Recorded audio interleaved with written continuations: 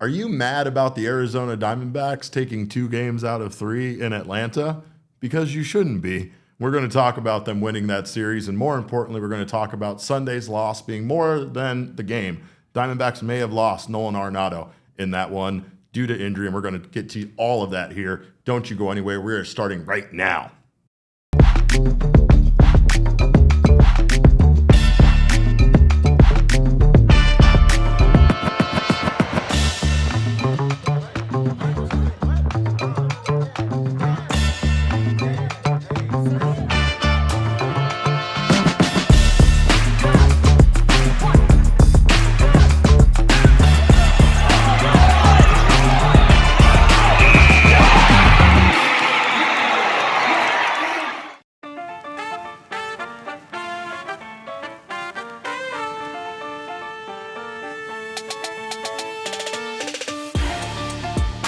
SkeeYee and happy Monday to you all. Welcome into another edition of the PHNX Diamondback Show, live from Studio K, presented by our friends at Circle K.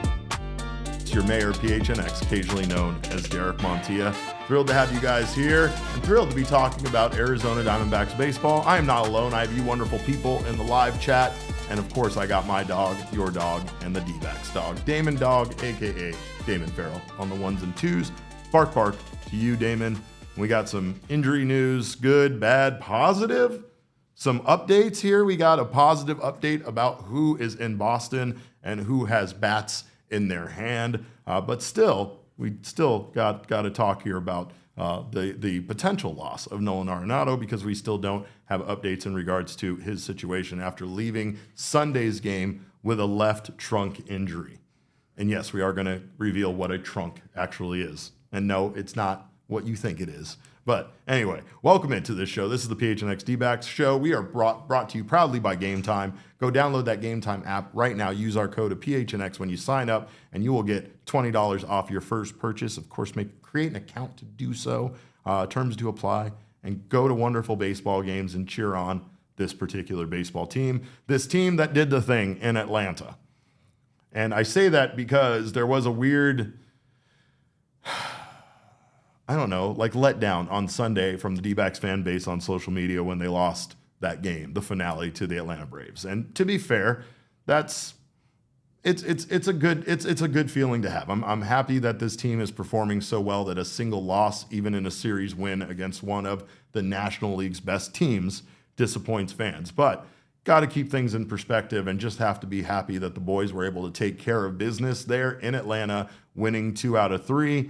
They did win the first one in a very close 2-0 game where Brandon Pfaadt did outduel Chris Sale, and that was a very positive thing. The biggest takeaway is that Arizona's pitching completely neutralized Atlanta, which is one of baseball's most dangerous lineups, and they did so, proving that this team can hang with one of the best teams in baseball. And they did it again on Saturday when they beat the brakes off the Braves, winning by a score of 10-3 and really letting the offense fly.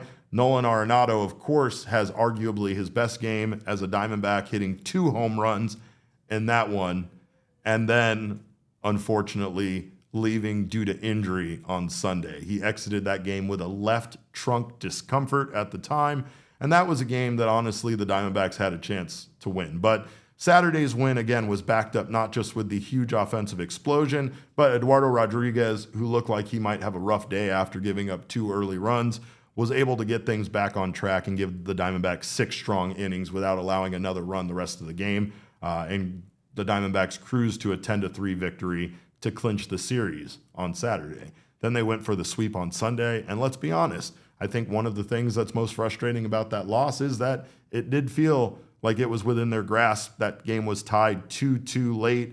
And unfortunately, Brandon Garcia on a 3-0 count threw a ball that you probably shouldn't throw to Matt Olson, who smashed it to give the Braves a 5-2 lead, hitting the ball 437 feet for his 36th home run of the year.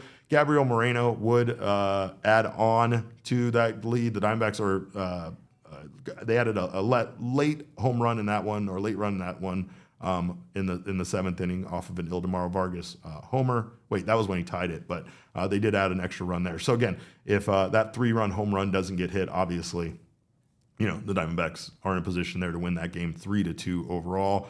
The series win is something that we should be happy about. We talked about this 6-game road trip against Atlanta and Boston, and being two of the best teams in Major League Baseball right now, what you're looking for is series wins.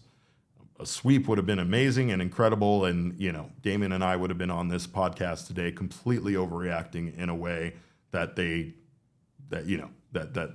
that we've been known to overreact. Let's just say that. But Brandon Pfaadt looks like a completely different pitcher and is one of the best in baseball.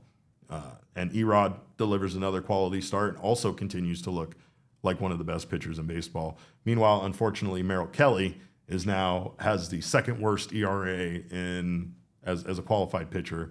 And the Diamondbacks still have Damon? The 13th best starting ERA in 14th. All of MLB? Was it 14th? Yeah. 14th best. Well, that's total staff ERA, right? Oh, yeah. That's total staff. But starting pitching ERA, they have the 13th best ERA. And that's hilarious considering that both Merrill Kelly with his current +5 ERA and Zach Gallen and his +5 ERA are both calculated into that figure.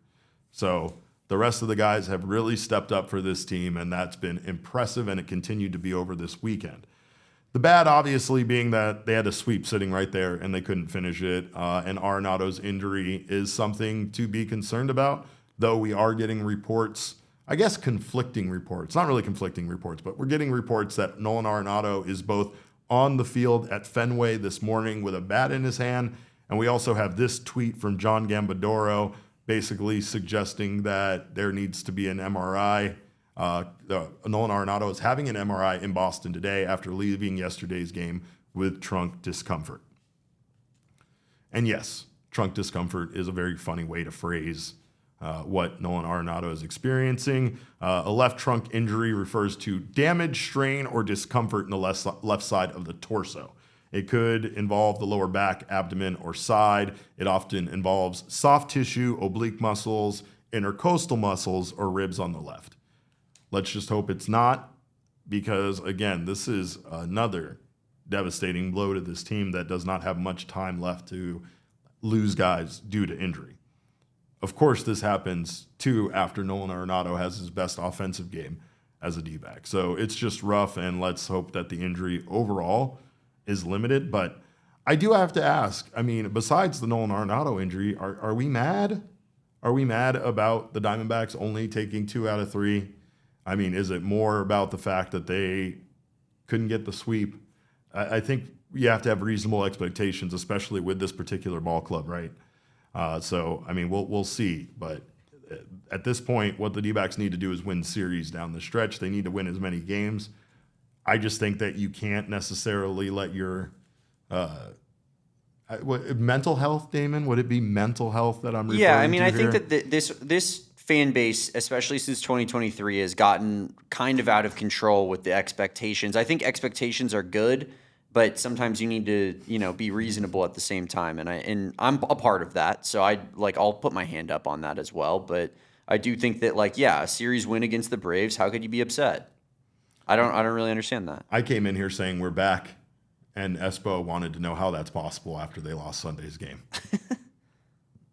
So that's baseball for you folks. That's baseball. You had a good chance of winning that game, so it's unfortunate the result that ended up playing out. But I do think that we were talking about 4-2 in these 2 series against the Braves and the Red Sox, and we're over the moon. You have every opportunity to do that. Yeah, every opportunity.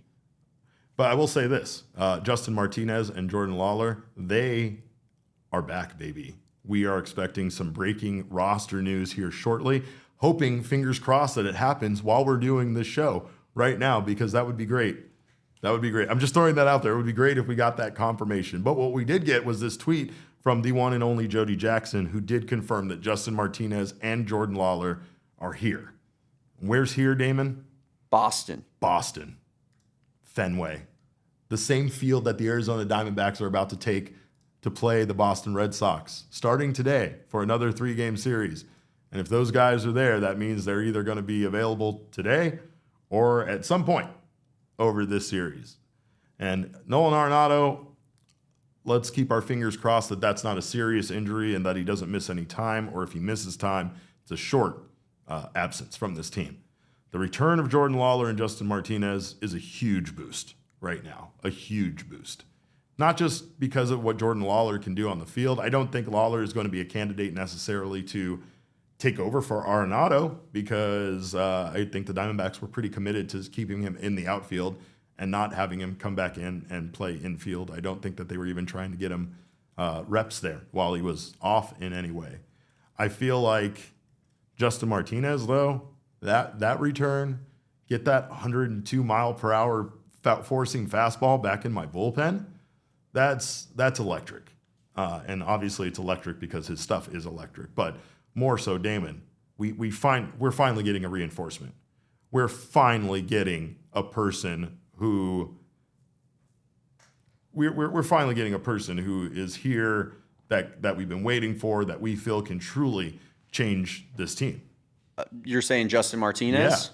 Yeah. I mean, yeah. And that's no discredit to Jordan Lawlar. Jordan Lawlar's been an excellent defender, and he's been great offensively as well. Very short sample size, but Jordan Lawlar has been one of the better players on this team offensively this season when he was on the team, at least. But yeah, I mean, I think that, you have Justin Martinez changes the way that you can approach the bullpen a little bit because Brandon Garcia doesn't have to be the closer anymore. He can attack lefties in particular. Yeah. And that didn't work out on Sunday, right? I mean, like Matt Olson got the better of him, but that's one of the best hitters in baseball and a guy that is really good at hitting. Home runs. He's really good at hitting against left-handed pitchers as well from that side of the plate. So I think what you take away there is Brandon Garcia needs to learn that veteran aspect of kind of knowing when you're beat or just walking away from that guy and going on to the next guy that you feel like isn't going to be nearly as dangerous as the hitter you're facing. You're down 3-0 in the count, right? There's just times as a pitcher you just got to take one on the chin. And when I mean that, I don't mean giving up a 3-run home run. I mean, walking him, right? So that's probably the only takeaway I have from that loss, particularly on Sunday. And yeah, maybe that one could be blamed on Torrey a little bit, or the manager's not ensuring that he just takes that last ball forward and moves on to the next batter. Still, though, that's in hindsight, and that would have walked the bases loaded. That's not great either. So I get why he tried to attack Matt Olson there, but you're right. He lost that one, and you're gonna hopefully learn from it. Now, though, he can be utilized in the lineup or against the lineup in the best possible way. And Justin Martinez, who, I mean, not only does he have closer stuff, but he has closer swag, Damon. I mean, look at the pictures you were showing me, just drip of confidence and the kind of guy that you want in there in the ninth inning. That's your closer. Striking guys. Aura. Yeah. And I don't understand what you're talking about, Rex. We didn't criticize Brandon Garcia at all. We said that he got the beat by one of the best hitters in all of baseball. It happens. It is what it is. I think that this new role, this new change, Justin Martinez in the closer spot, Brandon Garcia being able to be utilized against particular spots in the lineup versus being pigeonholed for that ninth inning spot, could be beneficial for everybody involved, including Garcia, who's been fantastic this year. But imagine now if he's picking and choosing his battles more so, where you're having him go against lefties where he has a huge advantage. And I think that's just, I mean, it's a ceiling raiser type of move for sure. Like you already had a good base level. The bullpen's been good this year, but now with J Mart, it makes everything just flow a little bit more seamlessly, I believe. Hopefully, I mean, I know that Torrey probably still isn't going to be committed to naming J Mart the closer or any one guy the closer. That's probably going to stick for the rest of the season, but hopefully that's still who he goes with unless he feels like the better matchups in the ninth are Brandon Garcia. I think, though, that what it can do is set the bullpen back into place, like what happened when they added Paul Sewald, right? The idea that one of two guys is going to be in there in the ninth inning and what your particular role as a bullpen arm is going to be was very successful for this team at one point and should be something they implement, considering how important that seemed to the relievers themselves, the pitchers, the players. Those are the guys we heard from, Damon, that appreciated knowing what their role was going to be when they got to the ballpark on any given night. I heard it from Joe Mantiply, Kevin Ginkel, even Paul Sewald discussed how much him being the closer helped those guys into those, just know what their role was going to be. So I think that's what this is going to bring to this bullpen. I think that that's been almost Paul Sewald's best trait as a Diamondback in his career. In the 2 stops has been that he like provides like just like I am the closer. Right. And again, like that might be a little bit disrespectful. I'm saying I don't think it's as much of like his on field, like what he's contributing as much as like I just think that it's healthy for a bullpen to have a set guy. And we've seen what our bullpens under Mike Hazen and Torrey look like when there's not a set closer, and those tend to be our worst bullpens. Yeah. I think that our better bullpens usually happen when you know who the 9th inning guy is, and regardless of whether or not he's even a really a good pitcher in Paul Sewald's case. Yeah. So, yeah, I mean, I just think that that's beneficial to have distinguished roles, but also for that guy that is distinguished in that role to be a 102 mile per hour throwing, hammer splitter combo. Like I mean, I inject it into my veins. I can't wait to watch J-Mart ball. Like that's just, I think I've said that to you 5 times this morning, Derek, where it's like, we get to watch J-Mart again. Jason, He's like, we've never had a player like him in our entire organization's history. He's awesome. Yeah. I can't wait. Well, and Jason's right. A name that we don't bring up enough is Gerardo Carrillo, who has been amazing. He says, Carrillo, we need control for years. He came into yesterday's game, gave up 1 walk, 1 inning pitched, lowers his ERA to 0.66 this season. And I know he doesn't have a ton of games pitched, but man, that guy has been nails for the Diamondbacks. And it's another unexpected, source of production from this bullpen. Another lights out reliever that can help you win a lot of games. You look across this bullpen, it's kind of amazing how many sub-3 ERAs there are. You got Taylor Clark with a 2.29 ERA, even with giving up those 3 earned runs on Sunday. Brandon Garcia has a 2.52 ERA, 0.66 ERA for Carrillo, and the list goes on. The Diamondbacks just have themselves Murillo. They're just set up Ginkel's been pretty so good. well for success as far as their bullpen is concerned. Now with Martinez coming back, it starts to truly be the question, like who goes, who stays, right? They DFA'd Philip Abner and they called up Dennis Santana. Dennis Santana was a guy that was closing games for the Pirates last season. So he is a guy, especially with his relationship with Jeremy Bleich, that could also factor in as another impressive arm that helps his team win baseball games. I don't know. Fair connection. He was really good for the Yankees, I think 3 years ago, I think that I was looking at. Like he had like a 2.12 or something like that, something ridiculous. So maybe there's something left there. I did like read on MLBTradeRumors.com that he's more than likely a guy that won't be on the team for a super long amount of time just with the amount of right-handed arms in the bullpen, but we'll find out. I mean, maybe he shows something in the Diamondbacks feel that he's better than their other options that they have. For sure. Jason asked if the entire current bullpen is in the circle of trust. I mean, this bullpen I think they're a playoff bullpen, Derek. I really do. I mean, the way that we're lining it out, like I feel pretty comfortable that this is a postseason type of bullpen, and that is one of, if not the most important aspects, I think, of winning in the postseason, if you make it in. And that's going to be the big if, is can the Diamondbacks get in? But I think that if they do, knock on wood, this bullpen with Murillo, with Ginkel, with Carrillo, with, J-Mart, Brandon Garcia, Taylor Clark.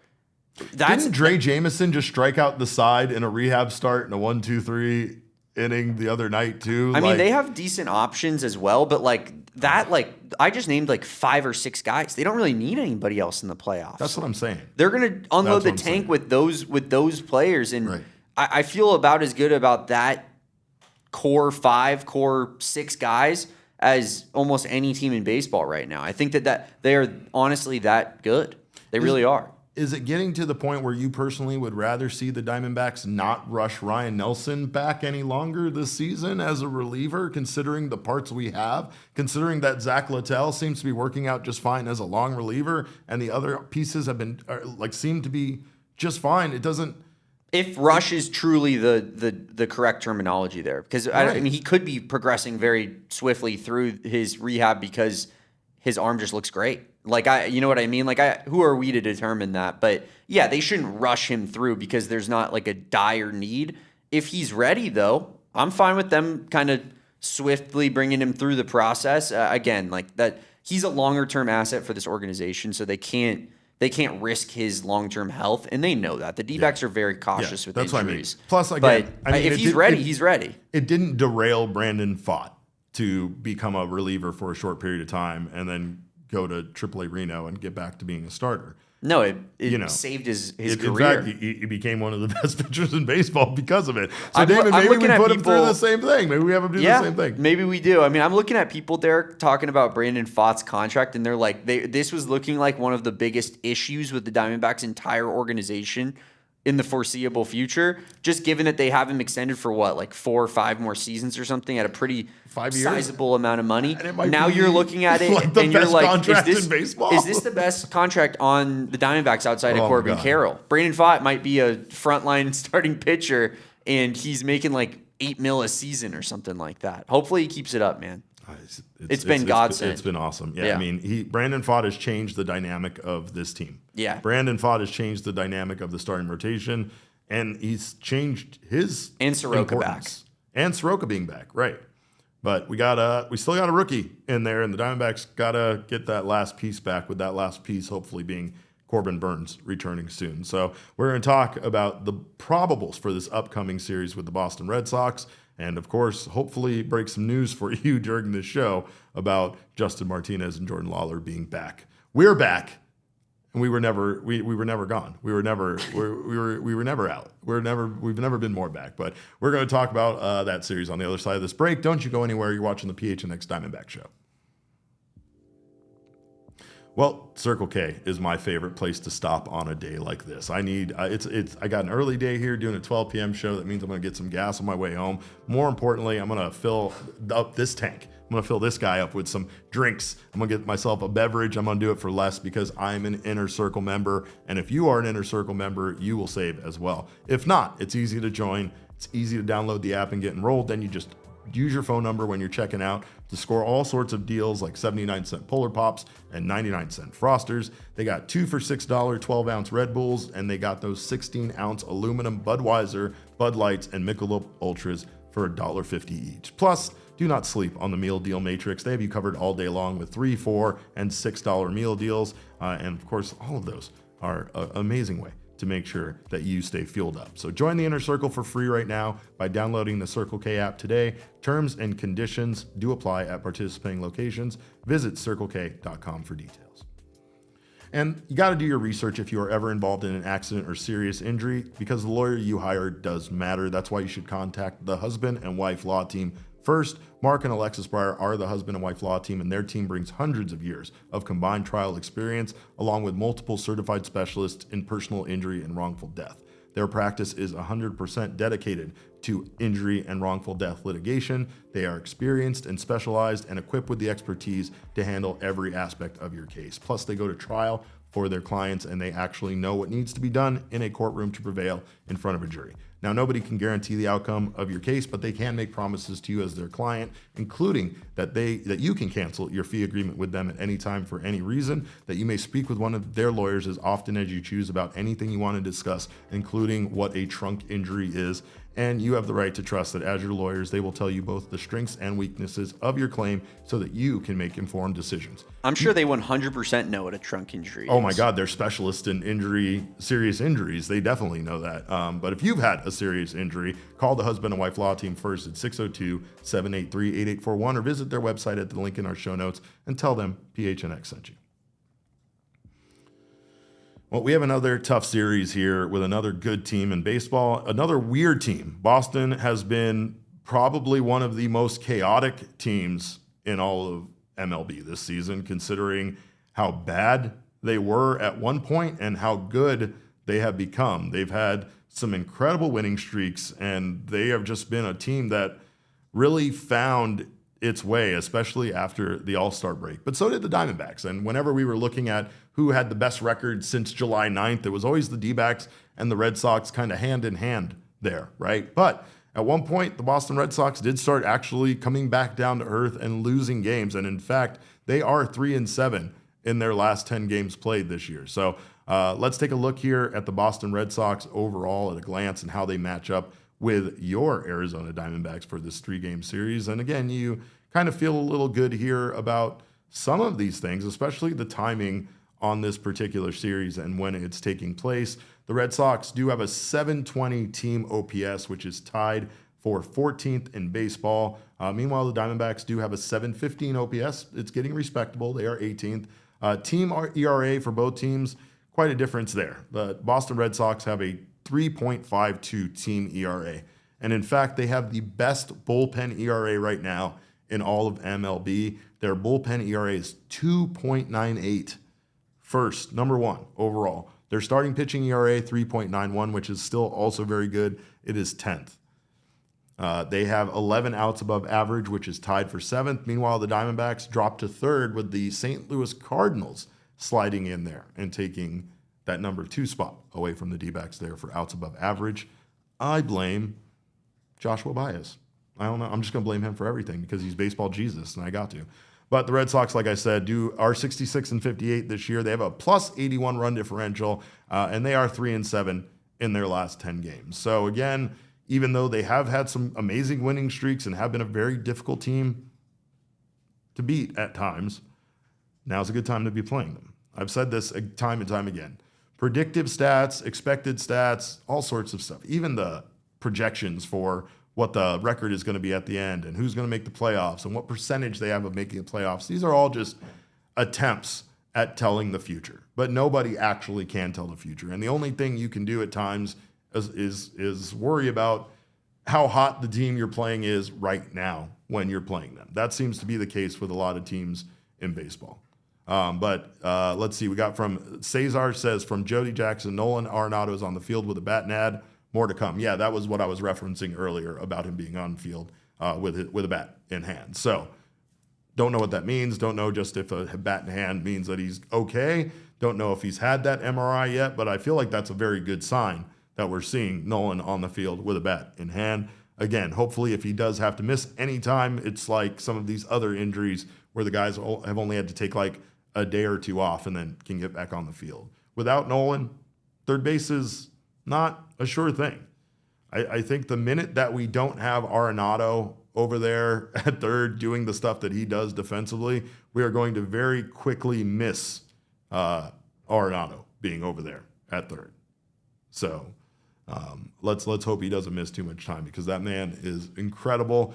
Stop calling him an unk because I don't even know what that makes me if Arenado's an unk, Damon. I was going to say, that's entirely self-serving on your end saying, stop calling him an unk. Like, that's just because you don't want to feel bad. And we all know it. We see right through it. Let's look at probable pitchers. Shut up. Just shut up and let's look at probable pitchers. I'm done with you.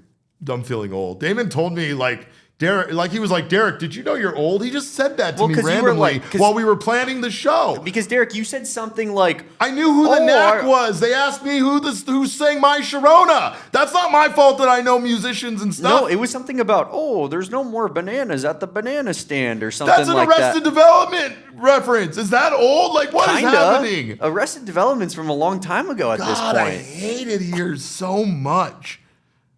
Let's move on to the probable pitchers. I'm done with you. All right. Well, again, this series is going to be an interesting one for the Diamondbacks. They got kind of an unknown quantity here in game one in Mitch Pfaadt going up against Alec Gamboa for the Boston Red Sox. Pfaadt has been outstanding at times, and Alec Gamboa has a very limited sample size, but he has been successful in his time starting there for the Boston Red Sox.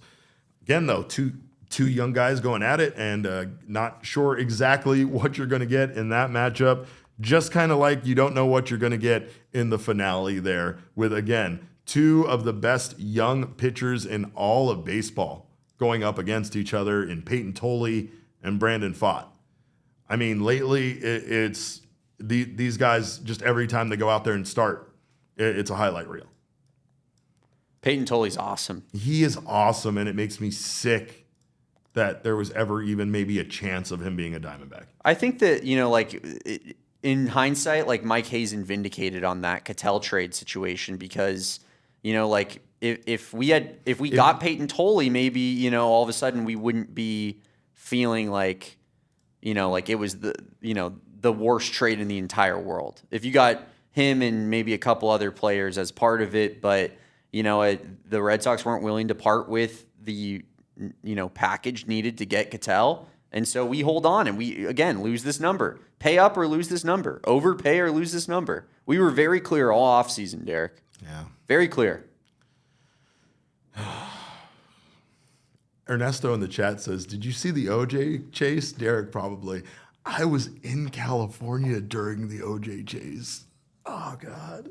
I'm just going to move on. I don't need, why am I incriminating myself? Why am I incriminating myself? You were driving a car probably on the freeway. Oh, no. I was not old enough to drive a car. You were going to work. You were going to work back then. No, my dad was the GM of a hotel. Sure, Derek. You were like 30 years old when OJ happened. Last thing I want to talk about there with the probable pitchers is, again, a very much unknown in the middle game there. Game 2. It feels like, unfortunately, Merrill Kelly with his 5.11 ERA is not, you just can't rely on him, right? But it's as we've said, this team wins and loses based on Merrill Kelly's performance, and that's why he is 8-10, and that's why this team, again, still needs him and still gets good performances out of Kelly. You just don't know consistently what you're going to get.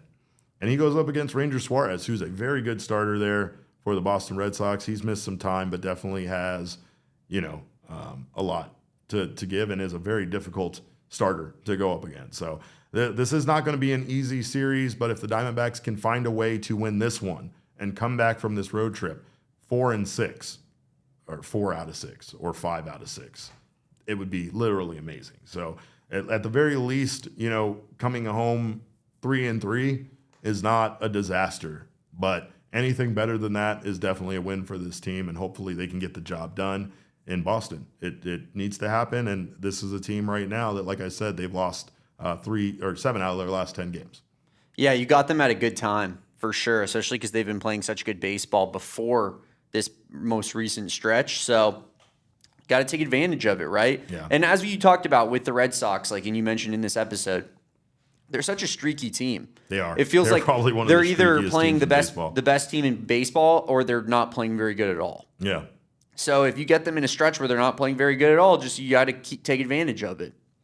That's Hopefully pretty much what it do. is. And that's what baseball is and has been all season long. I mean, the Diamondbacks have been lucky enough to catch some of these teams when they were down. They've also caught some of the teams when they were playing some of their best baseball. That's why, as much as it's the end of the world for us to lose a series at home to the Colorado Rockies, it's more about the fact that the Rockies were just playing good baseball. And we caught them at an unfortunate time when we weren't. Well, and I think the Diamondbacks typically play up and down to their competition. They do that as well. As we see. They do that as well. But the Rockies have been able to put up a lot of runs this year, and you can notice that the Diamondbacks, at times, they can't hang with those teams. They can hang with the teams that keep games close. Which is weird. But the teams that randomly, like the Athletics and other teams, the White Sox, that have those ability to sometimes just put up double digits and have been doing it a lot this season, they're the teams that just the Dbacks don't match up well with. Right? Yeah, I mean, this season, definitely, I think they have the most one-run wins in baseball still, which, they have led for a majority of this season at minimum. So I just think that, the D-backs are a team that thrives a little bit more in the close games. And, when a team opens one up, it feels like the D-backs can't really hang there. So I agree with you on that perspective. But you still have to find a way to beat the Rockies because the Rockies have horrible pitching. Yeah, I know. So that's when your offense has to finally wake up and find that life that they had the last couple of seasons, and they haven't been able to do that. That's absolutely true. And that's been their biggest struggle all season long and continues to be. And, it was weird once again there in Atlanta, winning the first game 2-0, taking the second one 10-3, and then losing the finale 5-3. It's just the offense is all over the place sometimes, but hats off to Atlanta. They have a very good rotation. They have a very good bullpen, and the D-backs just should be happy to get out of there with 2 out of 3. Same thing here in Boston. They sneak out of there with 2 out of 3, and things look really good. And I'll just say it. It doesn't matter what the standings say right now. It doesn't matter where they're at in the National League wildcard race. I know people want to worry about that. I know we want to watch the scoreboards, and I know we want to do the comparison thing. But there's just still a lot of baseball to do, and you're going to spin your wheels. I feel like a lot doing that if you're starting it on August 17th. That's when you have know so that's many what we do games. though. I know. Do you want to do it right now? I mean, yeah, for sure. Let's do it right now. But also, like I feel like like that's just kind of that's the plight of being a baseball fan is Very this, true. This like constant looking at every game when there's 162 of these things and overreacting and freaking out when typically baseball works itself out, right? But this is the wild card standings as of right now. Let's freak out because the Diamondbacks don't have a wild card spot right now. They are currently 1 game out, with the Phillies and the Padres being in spots 2 and 3 tied for that spot. And yes, the Padres just can't. We can't get them to lose. They can't lose baseball games. It's just 8-2 in their last 10. Yeah, it's just gross. It is gross. And again, the Rockies series, the Rockies series doesn't help. That puts us here. So no, you're right. And then I think on top of that, like I know that we're feeling good about ourselves because we just beat the Braves, but that can change quick, Derek. Look at where the Marlins are. Look at where the Cardinals are. I know. If you lose to the Red Sox, you get swept, God forbid, you could find yourself 3 spots out of the wild card potentially. So every game is pretty important right now. And you gotta find a way to win this next series 2-1 at least. 100%. 100%. Well, we're going to take a quick break, and on the other side of this break, we're not going to look at the wild card standings anymore, I promise you. We're going to look at your questions because you know what day it is and you know what we do on this day, and we're going to do all of those things when we come back from this break. Don't you go anywhere. You are watching PHNX Diamondbacks. Well, Pure Edibles is a company I love from right here in Flagstaff, Arizona, and they make a full line of edibles which are delightful. They do have gummies, but they have far more than gummies, and all of their candies come in a wide variety of delicious flavors with some amazing effects. And of course, their candies, like I said, are more than just gummies. They offer kicks, which are their version of Starburst, chews, which are soft candies like caramels, and hard candies. And again, they have not only some amazing star fruit flavors and some blue raspberry flavors that I really enjoy, they also have a wide variety of effects, like I said, including gummies and candies that can get you a good night's sleep, can help relieve pain, or can help elevate your mood is what we're looking for there. But they also have their collaboration with Mother Road Brewing Company, bringing you the finest IPA in all the land, but not in a drinkable form. They bring you the Tower Station THC all-in-one device. This offering captures the crisp citrus and piney hops of Arizona and Derek's favorite IPA, but with a smooth THC twist, all in one device. No pouring, no waiting, just a good tasting high whenever you want it. So go find yourself some Pure Edibles products from one of over 150 dispensaries across Arizona, now including True Leave. And of course, Game Time is the way that you should go get tickets to events like these games. If you're a Dbacks fan in Boston, get over to Fenway and get yourself tickets 60% off on Game Time. You can do that with this amazing app that always gives fans the advantage of constant innovation. The Game Time guarantee means you get 100% authentic tickets on time at the best price, no surprises. Plus, fees are included in the price you see when you're searching for tickets. What you see is what you pay, period. You won't find yourself getting charged more at checkout. Again, no surprises when it comes to the Game Time app. And last but not least, your seat. The view you're going to see from your seat can be viewed in the app before you buy those tickets. Get a panoramic view from your seat before you buy, knowing exactly where you're going to be in the stadium or the ballpark. So no surprises at all with the Game Time app. Take the guesswork out of buying tickets to every type of event, including MLB games with Game Time. Download the Game Time app today, create an account and use code PHNX for $20 off your first purchase. Terms do apply. Again, create an account and redeem code PHNX for $20 off. Download the Game Time app today. Damon, what time is it? Game time? Game time!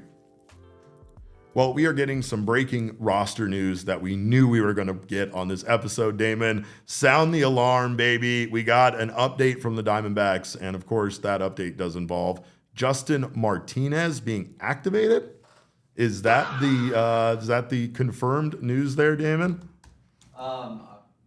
I honestly was not looking, so I'm all right. hoping so. I just saw it going crazy in the chat. Apparently, it looks like the Diamondbacks are going to activate Jordan Lawlar and Justin Martinez, and it looks like the related corresponding move is that they are going to option Carrillo. Man, that's something. But I guess it's you got limited limited amount of time. Justin Martinez and Jordan Lawlar, Tyler Locklear, and Gerardo Carrillo option down, corresponding with that move. Makes some sense just due to the options that Carrillo has there, but also, I don't know. I mean, I guess they want to see what Santana has before they make an assessment there. And again, it's a low-risk situation with Santana because should he not perform, the Diamondbacks could easily turn back to Carrillo. It sucks that you burn an option in that case. But, yeah, I mean, it's actually not that shocking. Neither is the Locklear move, right? Like, we talked about potentially DFA'ing Max Kepler or Jorge Barrosa. And I know that there are people clamoring, especially for Jorge Barrosa, to be designated for assignment just based on his performance, his batting average, everything else. But they still feel like he is an A defender out there and somebody that they can continue to use off the bench and in spot starts when needed. Meanwhile, Max Kepler, again, he is ineligible for the postseason, but he has been big for this team at times this year, so it's understandable that they would want to keep both of those guys, considering a DFA means that there's a good chance that they're no longer part of the organization. Either could clear waivers and come back to this team, but I'm not sure if that's very likely with teams needing extra bodies at this point of the season and with rosters expanding on September 1st. But overall, it's good. It's good news for this team to be getting better. I don't love Carrillo's 0.66 ERA not being in the bullpen anymore, but yeah, I mean, Ernesto's right here. He says Locklear being sent down means no Nolan IL stint, and that's very likely because they would need Tyler Locklear to at least be available over at first base if the intention was to have Ildemaro Vargas or Tim Tawa play third. I feel like Vargy would probably be the likely choice over there at third base, and then you would have Vargas or you'd have Tawa and Locklear both available over at first, but. Yeah, I agree. I do think that this move, optioning Locklear down, does definitely clear the way for Nolan to be okay. But man, tell you, it's exciting.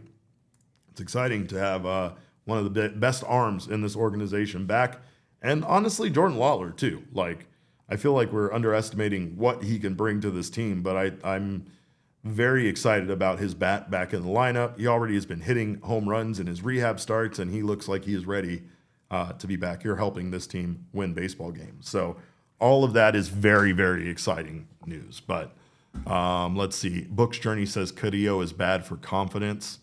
I don't know, man. I think that sometimes when it comes to the team, they understand these moves better than fans do because from their perspective, they understand the importance of being designated for assignment and what that means for you and the organization as far as that player being a part of the organization than an option. So options and DFAs are definitely looked at differently, but you are right from the aspect that, he was balling and, it sucks that you can't be performing so well that you can't be optioned down just because business-wise that makes the most sense, right?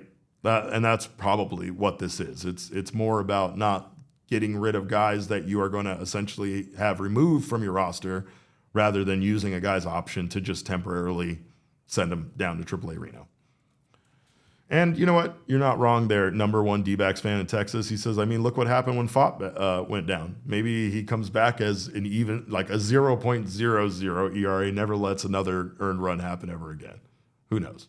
They're doing something special in Reno right now, and I have no idea what it is. But Damon and I have been oddly invited by the president of the Reno Aces to come check it out in person, so we're going to have to make that happen for sure. I just asked the question, Derek, what the hell is going on in Reno, Nevada? And he goes, good things, brother. Gonna have to get you on out here. Deal. We're there. Derek and I are there. Secret stuff? And Max used to work for them too, right? Yeah. So like I said, I'll come back here as there. such a better podcaster after that. My numbers will be improved. Accuracy will be up. We'll even be doing longer shows. Who knows? But yeah, we would be a different beast. After a quick little Reno stint. Yeah, it's fine. But we're fine now. We're everyday starters around here, and we are needed. But especially on Mondays, Damon, because of course you know what we do around here on Mondays. You know that every single year on this podcast is our year. Every single year, we are back on this podcast, and it is the year of the snake. Every single month on this podcast is Hispanic Heritage Month. Every single week on this podcast is Shark Week. Every single day on this podcast is Earth Day because Damon and I recycle. But on Mondays, we go to the mailbag. Damon, let's go to the mailbag. My mailbox, always something interesting in my mailbox. I try to get to everything in my mailbox. And then once in a while, there's a letter that makes me go, wow, wow, my mailbox. Shout out to Game Time for always powering our Mailbag Monday segment and always getting you cheaper tickets on going to see baseball games just like these in Boston. Like I said, we can use some reinforcements up there. So if you are a Boston adjacent fan anywhere in the tri-state area, make your way over to Fenway right now. Get yourself some cheap tickets with Game Time and watch this team do its thing. Damon, what do we got in the mailbag today? Our first question is from Travis Moore, as always, and Travis says, I don't find there to be an advantage to getting the fifth versus the sixth wild card spot. Obviously, the fourth spot gets to play a home series, so there's an advantage there. But whether you're fifth or sixth after that doesn't matter. Atlanta or Chicago is kind of a wash. Agree or disagree? Well, after beating Atlanta the way we have, taking like 9 out of the last 12 games, I kind of want Atlanta more than I would want the Chicago Cubs, speaking frankly. Well, but I mean, it could be the Dodgers. Right. I mean, it could be the Dodgers. And then we beat the Dodgers pretty well this season. So do you want them? Yes, because it's our job to we created that monster. It is our job to put it down. So I will take the Dodgers in the first round. I think he's right, though. I don't think that there's this big difference. I don't even think winning the division matters that much anymore. Obviously, if you're the number 1 or number 2 seed in the NL or the AL, that makes a huge difference because you don't have to play in that first round. But I think overall, he's right. I mean, it's pretty much just about getting into the postseason. Even if you get the third spot, it doesn't matter that you won the division. You're still playing in the wild card round just like everybody else, right? So I do think that, home field advantage would be nice. I also think that this particular team plays very well on the road and has proven that they can win on the road, especially in big games. So I'm not that concerned with not having home field advantage. What I will say is that the wild card, having 3 wild card spots and being what it is now and involving one of the divisional winners does kind of make the postseason just more about getting in and less about how you finish in regards to any of that stuff. Just get in. Anything can happen. And in fact, I said this the other day, but I almost feel like when you are fighting for this wild card spot, like the Diamondbacks, the Phillies, the Padres are going to be for the next month plus, you are kind of already in the playoffs. This is what baseball used to be at its core. It's 162 games long for a reason. Those 162 games used to be played entirely against just your league, and the majority of those games were played just against your division. It gave teams that were 10 games out an opportunity to catch up to the division leader, because if they got hot and the division leader cooled off, there were a lot of games left to play against that team, and directly beating them is the best way for you to make up ground and catch them in the division. Baseball used to be a playoff race throughout the entire year. And, now with the addition of these wild card spots, you kind of see that, once again, as always, Jesse Friedman was right? And Jesse Friedman was right about the fact that the more teams you add to the playoffs, the more you water down the purpose of having a 162-game season. A season where you can get hot and win plenty of games, but then cool off in September, and now all of those games you won are meaningless because you're going in the wrong direction at the wrong time, while teams that have been fighting for their lives for the last 2 months match up with you in the first round, and all you have over them at that point is home field advantage. I think that objectively, I do think that like the old way of having the best record and going straight to the World Series and that's how you win the pennant. It's kind of cool. It's very like Premier League soccer, where the league is what matters, and it's over the course of a season is how you get invited to the big World Series at the end of the year. It's how the season used to work. That does not help us, though. as Dbacks fans. No. So while objectively, I think that's a on cool the division this year. This is the one year where we have been doing well. So what that proves the Dodgers is, would make the World Series every year if we just did the old pennant way. True, very true. So that very true. wild card spots directly help the Diamondbacks. You still always had like the DS and the CS. You still had to play through rounds, right? So it's not like always. It was just given to you. Not always. Oh, you're talking about like the old days. Yeah, okay. It was like that for a long time. I mean, but for the most part, you still have to win games to get in, right? But you're right. I mean, it does.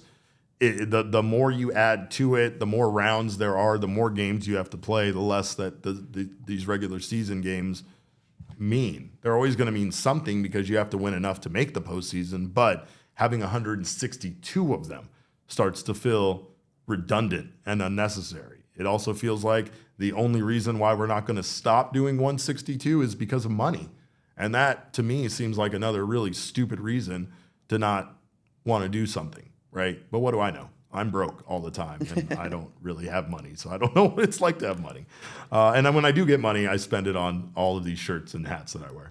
What else we got there, Damon? So to answer his question, I agree. I don't think it really matters, and I think, again, as long as you are in the playoffs in any position, still with there being a limited amount of teams that make it, right? 6 teams for each league, you have a chance to do something special. I feel like it means more than any other sport, because in any other sport, you have the fact that, those particular games, or your last seed making it in, you are not going to advance. And it's a miracle if you do. Right. But in baseball, that's not the case. I mean, in baseball, we've seen the final wild card team make it to the playoff or make it to the World Series several times now. So I don't think that. I don't think that's the case. But anyway, and the people in the chat saying that you remember the old pennant days. You're all a bunch of assholes. You're all a bunch of assholes. Remember Shoeless Joe, Derek? Yeah, that must have really taken a lot out of the nation when that went down. Yeah, I know morale went down across the country, I'm sure, back in the 20s. I lived in a time when there was peace in this world. So something none of you know anything about. We used to like each other, believe it or not, before the internet. Doubt it. Oh, yeah, we really did. We used to like each other at one point. What else we got? Next question here is from Ed Helinsky, who says, realistically, can the Dbacks catch the Dodgers, and is there enough time left in the season to do so? This is exactly what I'm talking about. I mean, this is a great question from Ed. I know we got excited after we won that series over the Dodgers, and we were in shouting distance. The Dodgers won lost a lot of games, I should say, and they got to a point where the Diamondbacks were 7.5 back, I think, at the closest. But if there was a team right now in the wild card race that was 7.5 back, I would say they don't even have a chance. They don't even have a shot at catching up, even though mathematically they do, right? So I will say where the Diamondbacks are at right now, no, there's probably not a great chance that they're able to catch the Dodgers without having any series left to play against them and with just having like 42 days left in the baseball season. I'm going to say no, that they're probably not going to catch the Dodgers. They're currently pretty far back from that team, 8 games back. So, but again, the Dodgers have just lost 2 in a row, and you never know what could happen. I think, as I just said, for the last question, though, really all it matters is that you're going to get in. The Diamondbacks aren't going to achieve one of the best records in National League. There's hardly any way that they're going to win as many games as they need to be a number 1 or number 2 seed. So at that point, the only thing that truly matters about winning the NL West would be doing it, one, to smite the Dodgers, which would be a great reason to do so, and, to get home field advantage, which would also be very nice for the D-backs to have. But we also know that home field isn't really a home field for this team during a lot of games during the regular season, so they're kind of used to playing road games. I think that when we played the Dodgers in 23, those actually were home games. Oh, 100%. Playoff games are a different animal for the Diamondbacks and for this fan base, so I'm not going to take anything away from them for showing up. I guess my point being is that the Diamondbacks are used to not really having that during the regular season in a lot of series and in a lot of games at Chase Field. So them not having that big home field, home crowd advantage behind them isn't that big of a deal. They are the comeback kids, though, so batting in the bottom of the 9th is always a very, very good thing for this team. What else we got there in the mailbag, Damon? Our next question is from Jarmy, who says, Jerry versus MLB mascots is exactly what I signed up for. He put a beat down on the Braves drill and bodied Mr. Red. Yeah. Does Jerry suffer from childhood mascot trauma, or is he playing chess when the opposing team is playing checkers? Is Jerry Baxter's secret weapon on the road? I mean, that's a loaded question. I mean, there's a lot to take on there. First sure. of all, yes, For sure. yes. When Geraldo Perdomo was a young boy, him and his parents actually, they went to a show. I think it was like a live show at a theater. Had a great time. But when they were leaving, they went through this dark alley, and they were in fact accosted by a mascot. It was a group of them. I heard a gang. Well, it was actually, it's still to this day, it's debatable. People still haven't figured out if it was, in fact, this mascot named Joe something, or if it was the Joker, or if it was a clown mascot. I don't really know. But regardless, this mascot bodied his parents right in front of him. I mean, full on. Took his mom's pearl necklace. Yeah. Ran him over with their little car. It was tough to watch. And again, Perdomo always remembers that and will never forget it to this day. And any chance he gets an opportunity to enact his vengeance, his revenge upon any mascot, he doesn't miss. You know what I mean? Like, he doesn't miss that opportunity to get involved. And yes, I mean, it's also done for a strategic advantage. So to answer both of your questions, he is playing chess. In fact, it's 4D chess because he knows how you can't like go start a fight with an opposing player. You can't go over and, grab one of the starting pitchers by the arm and throw him down on the ground, but you can do it with that drill in Atlanta. You can take those presidents out in Washington. You can cook every single one of those dogs in Milwaukee. You know what I mean? Like, then no one's going to stop you. No one's going to stop you. Unless it was Torrey, because Torrey actually did have to pin Perdomo down in the dugout yesterday to keep him from going out there and once again attacking the mascots. And honestly, it's very Robin Lopez-esque. He probably should have just let him go out there and do it. I honestly think if there was one thing that Torrey should be criticized on Sunday, it wasn't what happened with Brandon Garcia. It was not letting Perdomo go out there and take care of business. Because had he done that, the sweep was inevitable. The Braves couldn't sit there and watch their mascots get chunked by Geraldo Perdomo and then like go taking at bat without having that be in their heads. It's crazy. Yeah. And was there any other part of that question I missed? Was there a last part? I think we're done with that one. I think we're done in general with a lot of these. We got one more from Twitter though, don't we? Is Baxter Jerry's secret weapon, or is Jerry Baxter's secret weapon? Was the end of the question. See, that's I don't know, because I think Baxter is friends with a lot of these mascots. Is he not? He invites them to their birthday his birthday party. He shows up for their birthday party. Maybe it's kind of a insider, like he's trying to like be a double agent type of situation there. I think he's just trying to ensure that next year he gets that batting title again for the home run derby for mascots. I also think, do mascots value themselves higher than other mascots, right? Like, does Baxter think of himself as being better than the legends? I know most of us do, right? Like, does whatever the hell Milwaukee have as a mascot hate the hot dogs because they're lesser than him? I don't know. Those guys only come out for one inning thing. The Baxter, he's out there the whole time and beat LA underwear and rocking different outfits once we get into extra innings and everything. Like, Baxter's putting in the work. I'm sure he doesn't love the attention that those legends get and steal away from him. But anyway, we got one more, Damon. What else we got there in the mailbag? Yeah, our next question is from Karen with a C, who says, Gallen has a record of 44 and a third scoreless innings. Do you think Pfaadt will break it? Man, the fall off of Zach Gallen, man. You're not wrong. God, it hurts. I think that's almost what you take away from that more than how good Brandon Pfaadt is doing. 100%. We know how good Brandon Pfaadt is doing, but to be honest, yeah, that just once again shows how crazy it is that Zach Gallen was one of the most elite pitchers in baseball. He was insane. You know. I don't know. I will say that I don't care about stuff like this that much.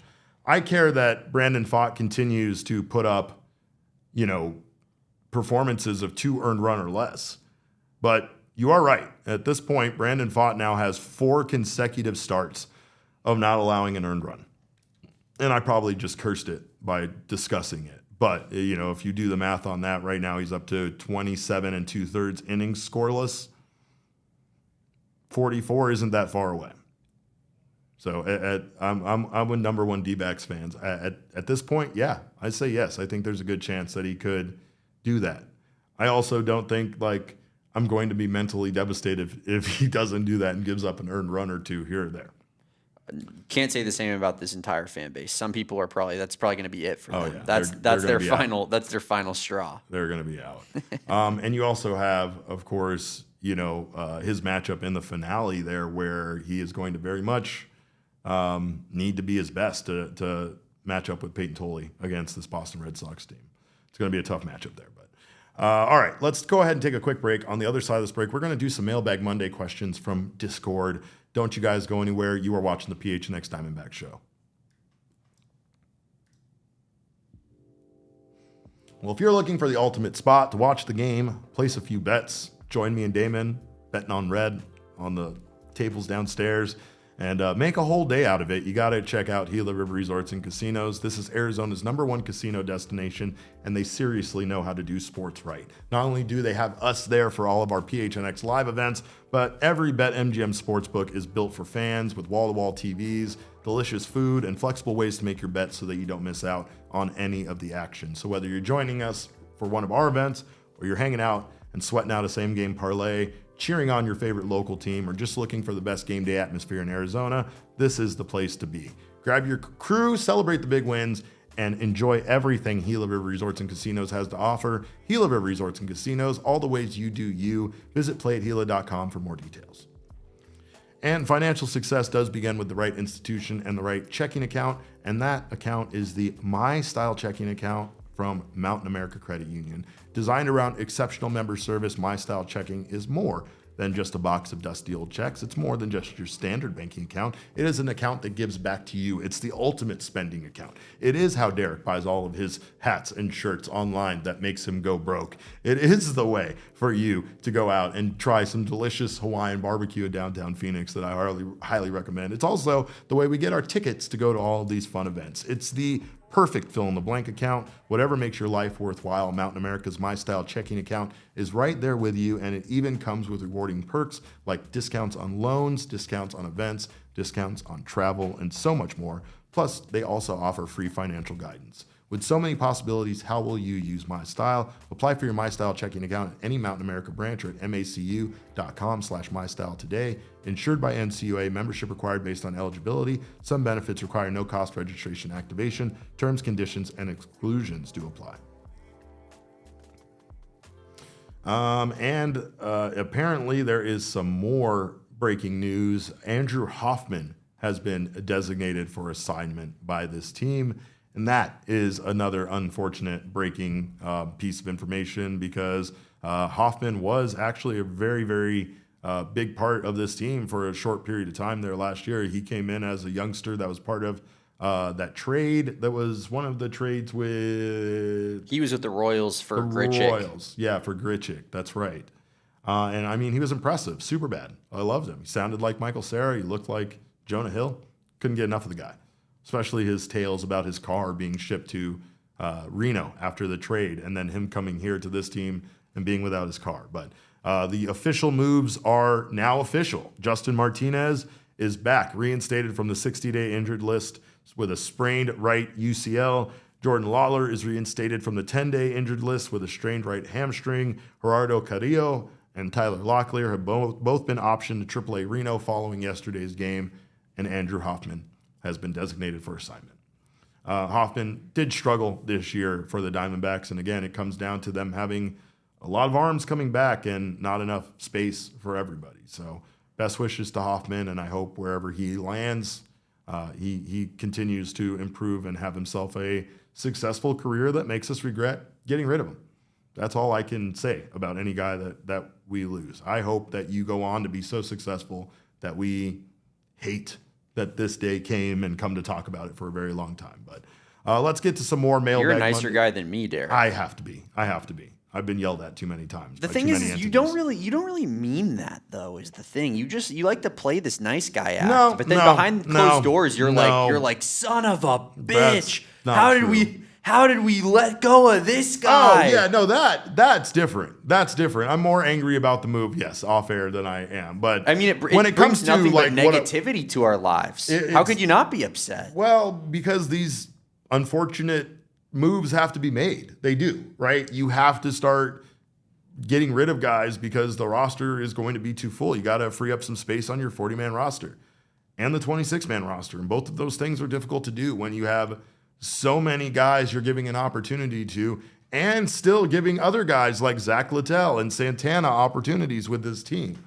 So I don't know. But like I said, I'm just saying this because when I get to know these guys personally, from that perspective, that I truly mean that. It's hard to be around people like these athletes, to root for them, to meet them, to hear their stories, and then be like, all right, see ya, loser. Like you're never going to get that out of me. So, but what it is what it is. And no, cool, bro.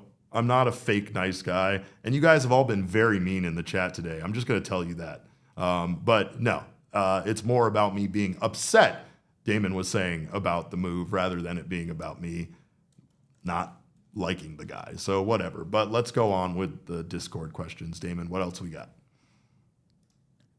Our next question comes from, man, work with me here, technology. It will eventually. It's in there. Okay. Our next question here is from Hanley, Ryan Hanley, of course, who says, what are your thoughts on friends, family members cutting the line at a concert amusement park? Is there no honor system? I hate this. I hate this so much. Now, here's the problem I have is that you're probably going to like save seats for those people at some point. And amusement parks, let's be honest, we come together, we endure the fact that we traveled in a car together so that we could have fun riding rides together. So is it not okay that I go get an ice cream and then come sneak back in line with my family? And yes, I say that as a person who's guilty of doing it so often. So, but I don't know. I mean, you're kind of right. Concerts? Are we talking about general admission concerts? Eesh, I don't know. If there's a limited number of seats and you're letting people cut with you, then I might have a passive aggressive sigh or two to direct in your direction, right? I think he's thinking a little bit more of like maybe like, you know, they're waiting to let people in the doors and there's a line formed outside. And first of all, if you have everyone's tickets, getting in, but if you have tickets to an event where you have a seat, stop waiting in line. What are you people waiting in line for? maybe there's So that you can be the first to get in the building? maybe there's a floor. Maybe it's the Van Buren. Maybe there's a giveaway. know what I Yeah, mean? now, okay, that's fair. That's fair. Is it fair to cut in line there with your friend group? See, that's what I'm talking about. Like, oh, am I supposed to not be with my group when we go into a show where we intended to all be together and stand together? Is it really going to change that much? Am I just going to secure a spot on the floor where I get in anyway? And then those people are going to get there and then they're going to squeeze their way through the crowd to come down and be there. And then if you're close to me, you're going to have to spread out and find ways to make space so my friends can fit next to you. Like, none of that seems like it's worth it. It's not worth it, right? But I will say, yeah, like when it comes to stuff like merch lines at a concert, screw that. Screw letting your friends sneak in line with you at the merch. There are so many XL shirts up there of the concert tee, and I want one, and I'm standing here, and I'm supposed to be okay with you letting like 3 guys that are my size specifically get in line in front of me? Ain't happening. Ain't happening. So there's that. But all right, what else we got? Let them cut in line at the theme park. Stop being a stickler for rules, Hanley. I'll let you cut in line. I'd let you all cut in line. Except you know who. I'm pretty okay with the cutting in general, like if it's like 1 or 2 people or something. But the problem comes when it's like a group of like 6 people that want to cut in line, and then it's like, okay, now you guys can actually all go in the back of the line and be if you want to be with each other so bad. But if you don't, good point. if you don't, then you can go in the back of the line and they can stay up front. You can't go half and half group here. If you're meeting up with some people, though, maybe you drove the car, you parked it, you dropped everybody off at the front, and you're the one guy that's getting in line. I think that's fair game. Yeah. I'm going to the Van Buren on Wednesday, I believe. And one of the things that I was asked was like, what time do you want to get there before doors? And I said, why were we going to get there before doors? And then they said like, well, don't you want to secure a good place at the show because it's a general admission show? I said, don't you losers want to stand by the back so you have easy access to the bar anyway? Because that's what you guys make me do every time we go to a show like this anyway. And they're like, oh yeah.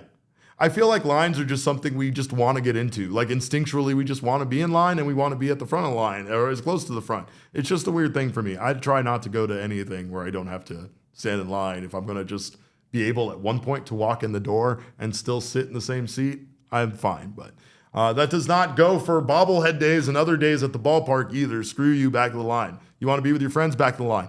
Everybody, back of the line. There are definitely a limited amount of those. 10,000 and I'm supposed to let you cut in front of me? Absolutely not. I think we drew the lines. I think we figured out where the districts are on this particular topic. What else we got? Next question is from number one Dbacks fan in Texas, who says, which Diamondbacks players would be most likely to see at a Renaissance Festival, and what would their outfits be? Also, what's your most controversial food take other than pineapple pizza XYZ? Dig deeper. Okay, so let's start with the Renaissance Festival one and why it's 100% going to be James McCann. James McCann, I feel like, is going to look for any event that he can be at openly where he is wearing a shirt, armless, sleeveless shirt and tassels, right? So what better place that he could get away with that than there? He's definitely going to be able to wear some beaded tassels, armbands, and he's going to be able to wear like a cool thing. Plus, I know James McCann is a great father. So not only is he going to take his kids to the Renaissance Festival, but he is the dad that's going to be 100% all in on that. And I don't even know if it's a sleeveless top now that I think about it. It might just be like leather straps that go across his chest like that, like bandoliers, and like a knight helmet or a crown or something. I don't know, but it's definitely James McCann, 100%. The only other person I could imagine actually being at a Renaissance Festival and enjoying themselves is Geraldo Perdomo. And that's because I think that guy is just going to have a fun time doing literally anything. Like it's immersive for him. So he's going to wear a costume too. He's going to go ride with James McCann. It's going to be Uncle Jerry to the kids, and they are going to have a blast. I don't know what Jerry would dress up as. Probably a knight. But like he would go too hard. He would get like a full knight's costume with like chainmail and metal and then realize what a bad idea that was cooking in the Arizona sun out there in the middle of nowhere. But still, those are my choices for that. I also thought Jester too. You're not wrong, number one D-backs fan. Jester was in my mind, but I thought saying that Jerry would dress up as a Jester felt mean. So that's what I got. But what else we got in the mailbag, Damon? Next question here is from Deborah, who says, what do you think will happen with the rest of the season? Will the D-backs make the playoffs or not, I think is probably more. I was going to say, I think Damon and I will claim that we are back and that it's over at least 15 more times. That's what I think will happen. That's probably a fair judgment to make. I think the Diamondbacks are going to finish with 88 wins and are going to finish in the third wild card spot behind the Chicago Cubs and the San Diego Padres. That's what I think is going to happen. Stamp it. Time stamp this one. Record it. Write it down, Damon. Because we're probably going to have to revisit this and either tell me what an idiot I was or brag about how right I was. But yeah, I think they're going to make the playoffs. I think they're going to continue to get better. I think the big unknown is obviously how these guys perform when they come back and have to face major league pitching or hitting. And I think Justin Martinez has looked outstanding so far in his rehab starts, and I'm very encouraged by him. Corbin Burnes, though, is the true X factor for this team. What Corbin Burnes is when he returns to this team is going to completely change this team potentially. Or, he's going to struggle and it's going to be a letdown. And I'm not sure if they can overcome that letdown. I feel like they're equipped for it. I feel like they've overcome a lot this season. But, waiting for essentially one of the most elite pitchers in baseball to return only to have him no longer be elite would not only feel like a very Diamondbacks thing to have happen to us, but it also feels like, the kind of thing that could just be too much to overcome. But they still have plenty of depth here when it comes to starting pitching. So I'm doubtful that is going to be the case. Let's get one more in and then get out of here. What do we got? Our next question here comes from Sean, who has a series of questions, Derek, and says, "Oh my God, number look at one." these. Well, let's hit these number one. Let's do these one at a time. If you DoorDash a grocery list that includes DiGiorno pizza, does it become delivery and DiGiorno instead of not delivery DiGiorno? Okay, that's a really stupid question, but a fair one. And yes, it does become delivery and DiGiorno, right? That's like if I invite you over to Netflix and chill, but instead you pick a fight with me about the dishes and we just scream at each other for 45 minutes, even while Stranger Things is playing, that's not Netflix and chill anymore, you know? It's Netflix and fight. I don't know. It does get changed. So, yes, it's delivery and DiGiorno. Question 2, please. Question 2, why did the number of froyo shops skyrocket in the late 2000s, early 2010s? In the Northwest Valley in particular, it felt like the number per square mile was high. Was this a statement from Big Froyo? No, it wasn't a big statement from Big Froyo, though what it was a statement was investment firms and other evil, diabolical companies that want to open franchises and take all of our money realized how easy it was to open a froyo shop where it is a do-it-yourself froyo shop. Again, when I grew up back in the 50s, you had to go to like a soda shop and you had to have like a soda jerk make you an ice cream back behind the counter. They mix the syrup They mix the syrup and the seltzer together. They would literally take cream and churn it for you and make it into some fresh made ice cream. And that's the way it used to work. Saltwater taffy. Yeah. But now what basically happened was they realized they could run frozen yogurt shops with one disinterested teenager who all they had to do was clean the machines as the day went on and weigh your yogurt on a stupid little weight, on a little scale and charge you whatever the computer said. So once froyo shops became like essentially do it yourself, the way they're trying to make everything into with automation, it was easy to own them and keep them open and have them run. It's a food place, but it's not particularly difficult to make the food or get the license to have froyo. And overall, it's just about keeping those machines clean, which easier said than done, based on my friend who was a plumber that worked for a certain big franchise fast food shop that has a lot of soft serve ice cream, and their machines break all the time because they're disgusting inside. That's why. But no, it wasn't a statement from Big Froyo. It was a statement by a sign of things venture to come. capital firms that wanted to open places that they didn't have to have human beings run. It was a statement of what was to come in America. Yeah. With corporations and, exactly. and big business. All right, now we have real questions. Number here, 3, assuming the MRI for Nolan goes poorly, what do you think the plan is for third base? Well, hopefully that's not the case with the news we're hearing, but I think the plan, once again, would probably be to have Ildemar Vargas over there at third and Tim Talbot take over at first. You do have Gino Groover as well. Excuse me, we're not allowed to call him Gino anymore. Lou James, artist formerly known as Gino Groover, over there that could come down and play some third base for them. That's kind of his natural position. So if they did need that, they could put Nolan on the 10-day IL and call it Gino Groover, Lou James.